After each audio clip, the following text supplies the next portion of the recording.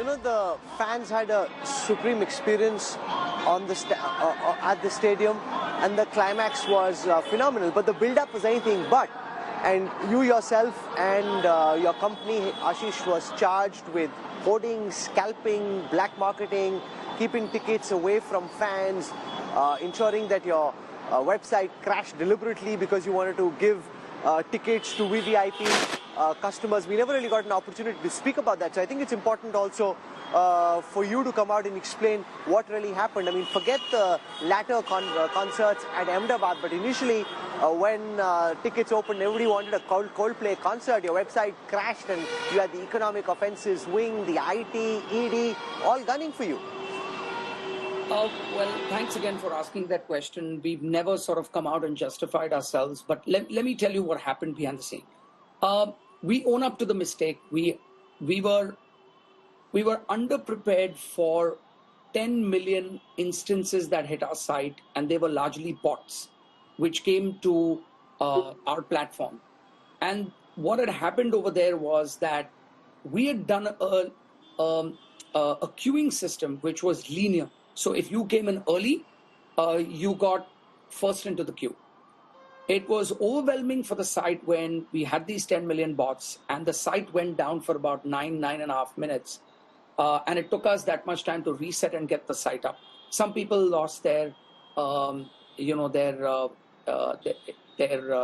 the queue. But to say that BookMyShow deliberately crashed the site, hoarded all the tickets, then put it on some reseller site is ludicrous. Because if we needed to do that, we could have just increased the price on our own site. We own the platform as well.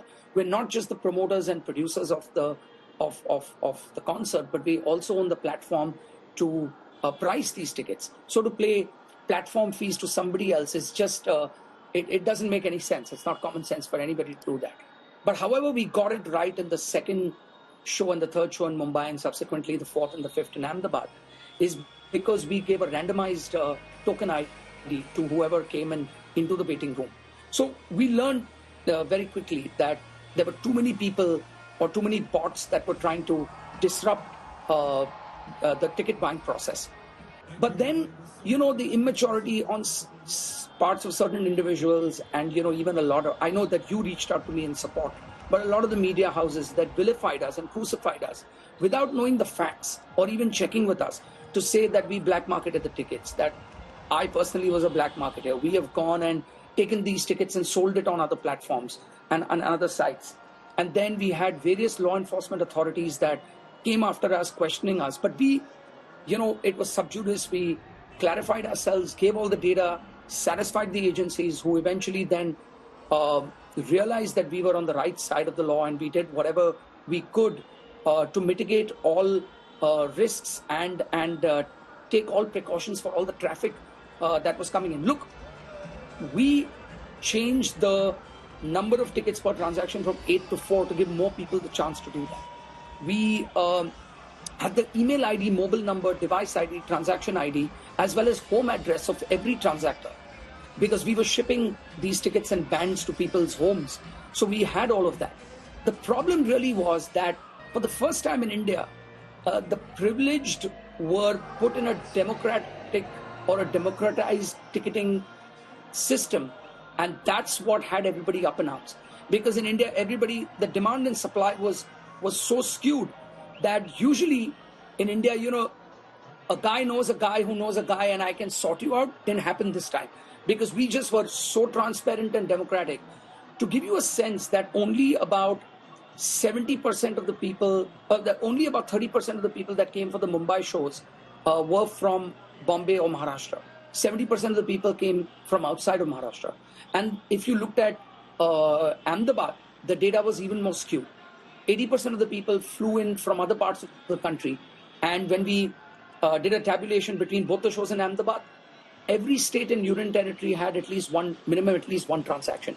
So the problem very quickly shifted to hotels and travel and transport and airlines and flights and buses to move people in an efficient manner, rather than making sure that the tickets went to the right people.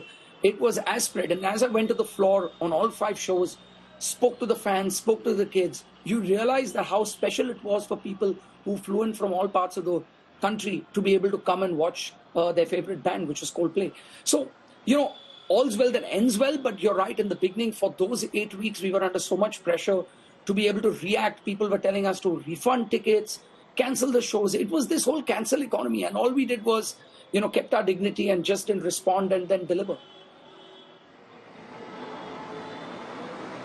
One of the biggest problems in India, and you alluded to that, is "Tu janta hai mera baap kaun hai," and the idea that Indians aren't willing to pay for concerts, like for example, when I went, I bought my own tickets and it was a great experience, but typically people say, okay, I know this guy, I know that guy, and I'll find some way of being able to get in for free. Did you face a lot of that? How did you deal with that? And as an industry, do you have some suggestions on how to deal with it? Do you think that's a culture that India is now set to rise above? Is that even possible? Or will this "Tu janta hai mera baap kaun hai" culture will continue, you think?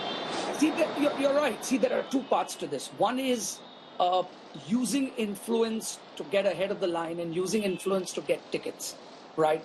Rather than be fair to everybody and the real fans who really want to buy these tickets. And to be able to say that I'll jump the queue or I'll get ahead of someone, I think is just uncool. It's not right. The other is, it's gotten better over the years. I've been doing this for 25 years. I founded the company in 1999. And we started producing and promoting shows over the last 7 years. It's very annoying when somebody says, can you send over the passes? What do you mean by passes? There is no pass, there's a ticket. This whole connotation in your head that there is a pass is something that had been created over these years, where anything given free is not valued. So when somebody says, can you send me passes? We're like, what do you mean by passes? They're tickets. And people buy these tickets. Somebody ought to get paid. It's the vendor, it's the cleaners, it's the people who put up the stage, it's the artists, it's the people that are working on selling the food and beverage, the merchandise. Everybody needs to get paid. And for somebody to get paid, you need to pay a price to be able to go see the concert so that the artist gets paid. So this whole connotation about a pass just doesn't make any sense. So much so that we hold ourselves in very high test, as well, that everybody at BookMyShow or our families, anybody that wants to go, buys tickets for all our concerts and shows. There is no pass that is given out to anybody. You buy your ticket or you don't go for the concert. It's almost like saying, I want to go to the movies, or I want to go on a train or a flight, but I want a pass to go on a flight, but I'm not willing to buy a ticket. Does anybody go on a flight without buying a ticket? So why would you not want to go for a concert and just pay for it?